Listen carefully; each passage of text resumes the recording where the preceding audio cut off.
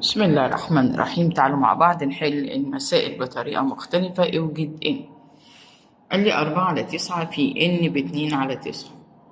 هي مش يعني خليها ضرب ولا ايه؟ لا، طول ما هي ضرب هنخليها اسم، اللي بره على اللي جوه، يبقى 2/9 على 4/9. ماشي يا مس، وبعدين ولا اي حاجة.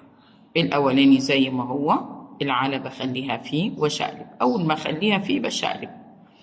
هنا 9 وهنا 9 يا ولاد، بتروح مع بعض، هيتبقى لي 2 على ايه؟ 2 على 4.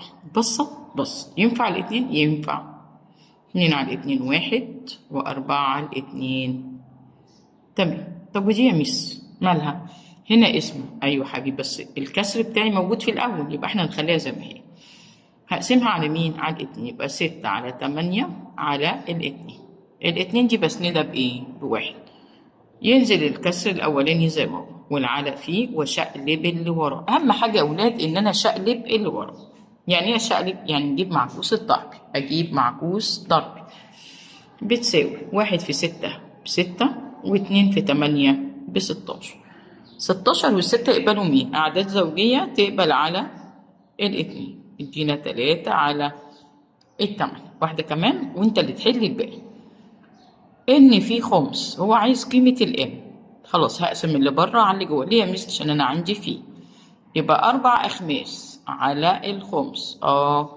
نعمل ايه يا ولاد؟ ثبت اضرب شقلب. نعمل ايه يا ولاد؟ ثبت اضرب شقلب. ماشي يا مس. 4/5 على الخمس. نكتب 4/5، والعلى بخليها فيه، وشقلب 5 على الواحد. أنا قلت من أول الحصة 5 مع 5 عشان شبه بعض ويدونا إيه؟ 1. اضرب بسط ببسط ومقام في مقام، يعني 4 على 1 هي مين؟ 4. طب تمام يا ميس. عندي الجميلة دي مالها يا ميس؟ اضرب بسط ببسط على طول ومقام في مقام، يعني جاهزة. شطور.